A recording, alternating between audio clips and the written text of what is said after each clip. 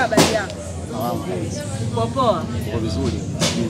Kwa majina mimi naitwa Asnati Usinde na kutoka Sheikh Capital TV. Simu zangu naitwa nani? Kwa majina naitwa Matayo Hamisi, natokea Kondoa, Chamazi, Bagala, Temeke, Dar es Salaam. Sawa. Kuna kitu nataka tuongee kidogo. Kuna baadhi ya watu sio wote. Wana tabia ya kuchukua chupa na ikojolea, baada ya hapo anaitupa maeneo ambayo sio stahiki. Maana bora mtu angechukua chupa akakojea kwa kumwaga chooni sio mbaya, lakini akishaijaza mkojo anaitupa popote pale, hata kama ni maeneo watoto wanacheza, yani kwamba inakuwa hatari kwa afya. Ushaye kushuhudia kitu kama hicho? Vipo vingi sana mtaani. Cha kwanza ni uchafu. Cha kwanza ni uchafu. Kwa sababu mtu kama ni msafi hawezi kujolea kwa chupa. Alafu tena chupa akaisambaza barabarani au mtaani. Kwa sababu hata kama kwa sababu wengi kuja kuja kwenye chupa, walio wengi ni wanaume. Kwa chupa, sababu mwanamke sio rahisi sana kuja kwenye chupa maji. Sio rahisi. Kwa kinachotokea hata kama labda ndio emergency kwenye ndani kwenye chupa. Kwa sababu inatokea ni dharura. Lakini jitahidi sana asubuhi ichukue peleka sehemu ya kuhifadhi uchafu. Lakini kuiacha barabarani, mtaani sio salama, kwa sababu tuna watoto. Pia bado kuna watu wanakuta makopo kwa ya kwenda kufanyia tena kiwandani tena. Pia kuna watu mtaani tunao wanatumia kwenye kutengeneza juisi, kuhifadhia juisi, maji, na ni vyanzo vya vipato kabisa kwa watu wale chini kama sisi. Kwa hiyo inakuwa haipendezi kiukweli kukojolea kwenye chupa kisha kuiacha katika sehemu ambayo sio salama. Kwa hata mimi sipendezo nacho. Na ninavyosikia kwamba wengi wanaofanya hivyo ni vijana, ni kweli? Ni ukweli kabisa, ni vijana kabisa.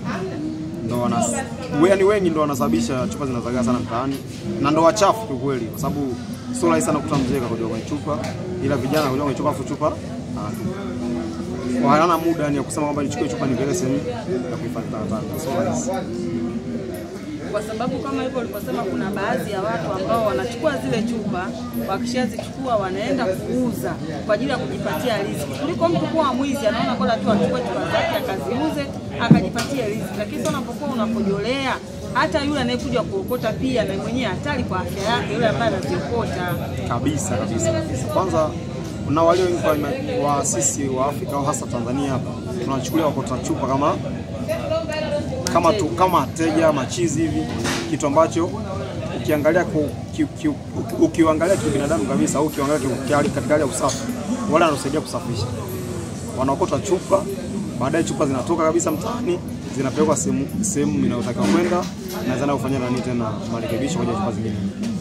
Kwa sasa kinachotakiwa au ninavyoona mimi, nafikiri ingeanzia kwanza ni elimu ambayo inatakiwa kutolewa ile swala. Kwamba bana, tunapofanya vitu hivi au tunapokuja kwenye chupa sio salama na sio vizuri kwa afya zetu. Sababu uchafu unaanzia ndani, unaanzia ndani, maana yake ndio unatapakaa mpaka nje. Kwa sipendezwi na kinachotokea, na hasa kwa sisi vijana. Shangaa kijana kama sisi labda unakojoa, alafu chupa unaichapa hapo au unaitupa kwamba atakuta teja atapeleka. Sasa mateja ni muda mwingine anaweza kaona ina mkojo na asibebe akaiacha hapo. Haya, leo kesho hicho mtoto kachukua kachezea katoboa chafu. Sawa. Kiachana na hiyo, kuna watu wengine unakuta mtu anakufuata anakuambia, bana, mimi naomba ukanidhamini sehemu nichukue pesa, nataka nifanye biashara. Wewe kwa ubinadamu wako, kwa kumwonea huruma na kwa jinsi unavyoishi naye, unasema acha nimsaidie. Kaenda kachukua pesa, baada ya hapo arejeshi kama inavyotakiwa. Wewe mdhamini ndio unaubeba ule msalaba. Je, unaona hiyo nayo pia ni sahihi? Hiyo sio sahihi. Sio sahihi kwa sababu unapomfuata mtu akudhamini, maana cha kwanza unamwamini, cha pili unaamini atakusaidia kwa kudhamini. Sasa kosa mimi naloliona mimi ni hao wadhamini sana kwa wanatamaa ya pesa, anaidiwa pesa. Kwa haangalii kwamba akiondoka yule mimi mzigo utabaki na mimi. Kwa wengi wadhamini wengi wamekimbia kwa sababu wanaingia na tamaa ya kupewa pesa, na mimi naenda kuchukua lakini nitakupa 30,000 nidhamini. Sasa naangalia kwa macho ya karibu, anaona kwamba 30,000 kipata mimi nitasaidia. Lakini leo kesho yule alochukua mkopo yule akiondoka, manake mzigo unabaki kwa wewe. Yaani walio wengi wadhamini wengi ukiangalia leo kimbia walio wengi wanaingia kudhamini sio kwa ajili ya kudhamini mkopo au kwa kumwangalia mkopaji kwamba anza kalipa. Kwa sababu cha kwanza unapotaka kwa mdhamini, angalia kwanza status ya maisha yake kwanza yule mtu, kwamba huyu nikienda kudhamini vitu atalipa, ana biashara gani? Kwa sababu leo wengi anachukua mikopo anaenda kufanya shughuli mtaa. Sasa huwezi kudhamini wakati mtu anachukua pesa anaenda kufanya shughuli mtaa. Anachukua mkopo anaenda kununua simu kubwa. Huwezi kufanya udhamini wa kitu kama hicho. Sasa ili mdhamini mtu kwanza muangalie mtu anafanya biashara, Lex anataka kuboost biashara zake ziendelee. Huyo unamsika mdhamini kwamba huyu biashara yake kwa sababu biashara yake mimi naiona, hata ni mdhamini akapambane ataulicha mkopo ipasavyo. Lakini walio wengi au wadhamini wengi huwa hawaangalie huyu mkopaji anakopa kwa ajili ya nini, ila anachonga sababu kashaidiwa 30,000 50,000 anakubali kwa sababu ya shida mara moja. Hawazi mbele itatokea nini anavyoondoka, kwa sababu kesi inakuwa inatokea kwako.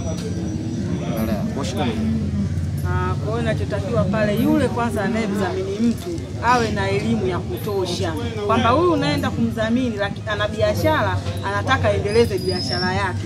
So unaenda kumdhamini mtu ambaye hujui hata ile pesa anaenda kuifanyia nini. Mwingine anakopa akarejeshe mzigo, alichukua mzigo wa shoga yake sana, arudisha mzigo. Of course. Ndio vitu vingi sana viko mtaani hivyo hapo. Anaenda kukopa tena kufuata bana, naomba nidhamini. Sasa wengi kisasi naomba nidhamini, anambia utalipa. Yaani swala muulize kidogo tu, utalipa, na sio kwa msisitizo, na mtu utalipa, nitalipa. Hamuuliza utakufanya nini pesa. Akishamuuliza kwamba nitalipa. Mimi ukataka enda kuchukua mkopo. Unaniacha vipi mimi? Mimi nitakwenda kupa 50. Basi niishi. Sasa so sawa. Elimu itolewe, na hasa wewe unataka kumdhamini mtu, unataka kumdhamini mtu, mwambie kabisa, sikiliza, wewe unafanya biashara gani? Biashara gani? Maana kama humfahamu vizuri biashara unayofanya utaki kumdhamini. Kwa sababu dhamana, maana yake ule mkopo na umehakiki kwamba huyu pesa anayochukua mimi ndo ndakuwa na cover, yani maana yake. Maana mimi nahakikisha itarudi. Yaani mimi ndo nahakikisha kwamba pesa hii hata sipokuwepo mimi nitalipa mimi. Ndo tafika dhamana. Sasa dhamana huwezi kubali mtu anachukua pesa aenda kutunza kama aenda kununua kabati kwa ajili ya kununua shoga yake. Ndio swali. Kwa mimi kwenda kinatakiwa ni elimu kwamba wewe usio unataka kuomba pesa kwamba mimi nakudhamini utanipa shilingi ngapi. Kwa sababu 50,000 leo mtu kachukua 500,000 600,000. Labda rejesho kwa wiki ndio kwa shilingi 50,000 60,000. Uone ipata wapi na wakati wewe umepata shilingi 30,000 tu siku moja. Alafu ameondoka. Kwa sio point. Elimu, ushauri wako kwa watu kama hao? Ushauri wangu mimi kiukweli, hao wadhamini cha kwanza wasikimbilie pesa. Ndio wasikimbilie pesa ya udhamini. Kingine muulize mtu anayetaka kuja kukopa, anataka kumdhamini wewe. Wewe unataka kukopa pesa hiyo, unataka kufanya biashara gani? Kama biashara unaona ieleweki, piga chini. Utaki kumdhamini mtu wa design kama hii. Mdhamini mtu ambaye unajua anafanya biashara. Hata kama ni ya chini ya karanga, angalia kipato chake, anataka kukopa 200,000 karanga kwa siku 5,000 10,000, anaweza kameki tukalipa shilingi ngapi? Unaweza kumdhamini mtu wa hivyo. Lakini sio mtu anataka kununua jinsi mpya, simu kali, sijui vijola, sijui nini, hapa. Huyo hataki kumdhamini. Elimu yangu au ujumbe wangu mimi kwao, waache kukopa kwa bila sababu za msingi. Tafsiri ya kukopa maana yake unataka kuboost kitu, sio kuanzisha kitu. Tafsiri. Asante sana. Nashukuru sana.